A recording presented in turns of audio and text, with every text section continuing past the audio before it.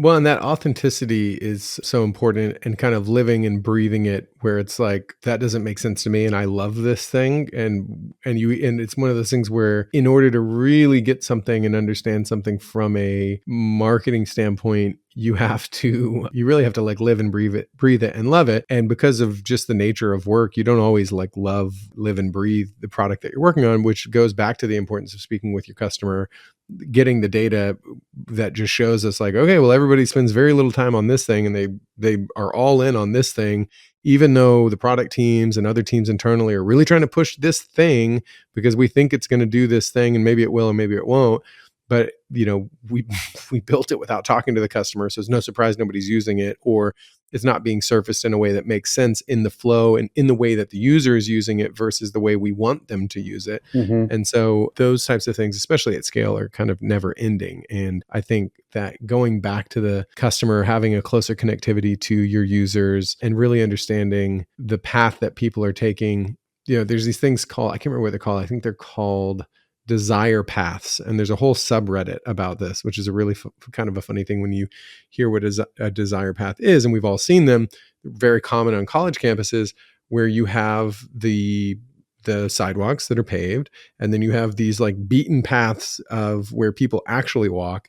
You see it all the time, like through bushes or something, not necessarily on a college campus, but it's like anytime there's a really well-worn path through something, that's a desire path. And the Reddit subreddit is such a niche thing, but it's like, that's the thing, which is like, there are the paths you build, and then there are the paths that people are actually taking. And how do you find those desire paths within your product, within your onboarding or whatever that might be, so that you can kind of better set up users for success in a way that makes more sense for the ways that they want to use it. And I think the UGC side and what you guys are doing at Rec Room give you all of this additional data where that is like at the forefront. It's like Rec Room without the users doesn't really exist. And so they're kind of building the product alongside you guys, and you're just kind of in some ways, and correct me if I'm wrong, but like you're ultimately facilitating the world that these people want to create and live in and experience. Yeah, I love that example of desire path, because that really resonates with me, because I think if there's one job of a product team, it's to kind of remove obstructions to those desire paths, because it's not always evident. And what you think is going to work doesn't, as we know very well in the UA world, rarely ever works. So yes, because you have all your own preconceptions, you have all of your own filters and things, and just average people, just by the very definition of an average person, is very unlikely that you're going to be perfectly average, right? You're going to swing too far this way or too far this way. Or in the case of things like a slots game, a mobile slots game, it's like, if you're not a deep mobile slots player, you can't possibly understand why people want to play that. And so when you look at some ad that's really flashy and lights and crazy, and you're like, oh my God, that's never going to work. And then it works. You're like, oh, that's because people play slots because they like the lights, they like the music, they like all of those things that maybe might turn somebody off. We were talking about it the other day, which is like, if you're ever getting an ad over, and this, no news to you, but if you're ever getting an ad over and over and over again that you think is like the worst, most annoying ad ever, and you hear people say this all the time, like, oh my God, I hate that ad. I see that ad all the time. I hate that ad. It's like, that ad's working. That ad is converting. Yeah. So, or the company's about to go out of business because they're not tracking it. But like, odds are, if you're seeing something over and over, especially over the course of many months, it's because it's working better than any other ad. And that's where, and I think your point on measurement earlier, where the ability to measure paid in that way, it's no wonder that so many people gravitate towards that, because they have a chance to understand it and have some sense of predictability or control that may or may not be actualized, but they at least feel that way, where you lose. It's less connected to things like product marketing or more nuanced kind of elements. Yeah, absolutely. And I'm curious, like, you've spent a ton of time in growth in these various roles. I'm curious, like, any stories you've got that you might want to highlight about just like, I don't know, kind of something that maybe revealed something that was unexpected, or just a general story. A lot of our listeners are founders or, senior members of growth teams at larger orgs. So these stories are always interesting. Anything that comes to mind there?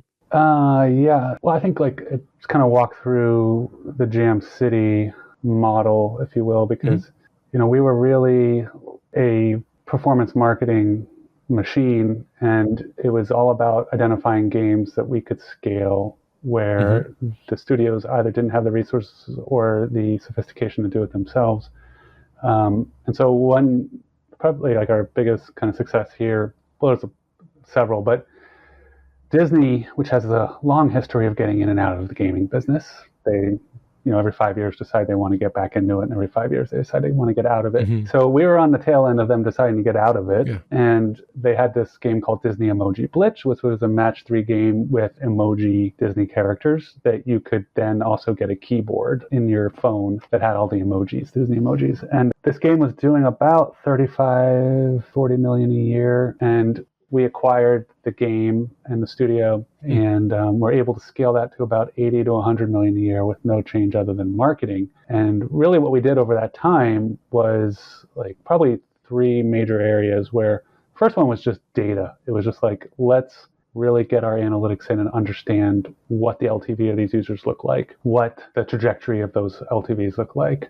And we didn't do anything for the first year. We basically just kind of like let it be and waited until we had enough data. The second one. And when you say didn't do anything for the first year, and tying that back into your previous point of, essentially doubled their revenue to around 100 million without changing anything outside of the marketing, given that you didn't do anything in the first year, does that mean there was no real marketing happening in that year, no buying, no whatever, or didn't change anything for the first year and they were just still running like nothing had ever changed? I should say we kept it steady. Steady. Okay. We kept the UA budget, somewhere, in like the 6 figures. Sure.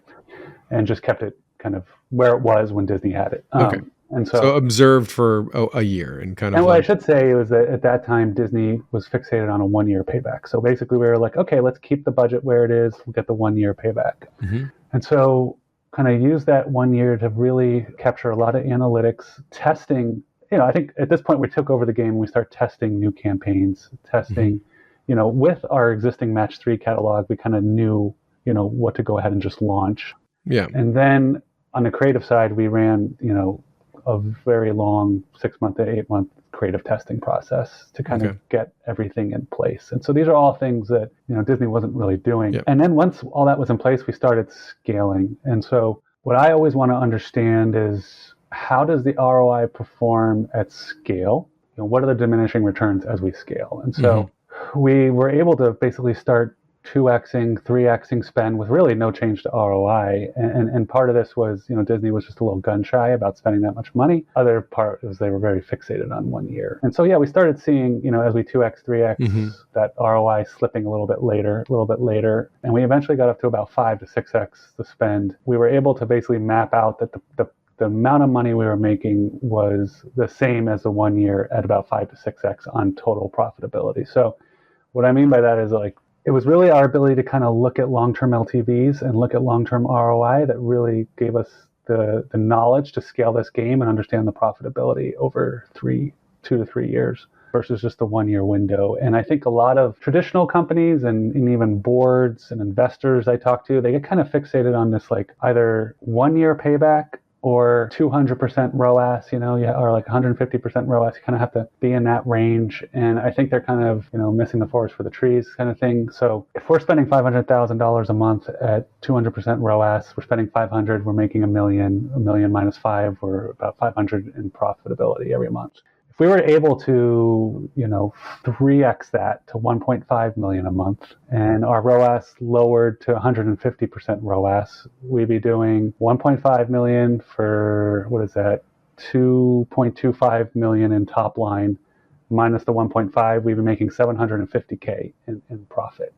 And so while you're spending more money up front, your total revenue is higher and you're actually bringing home more profit.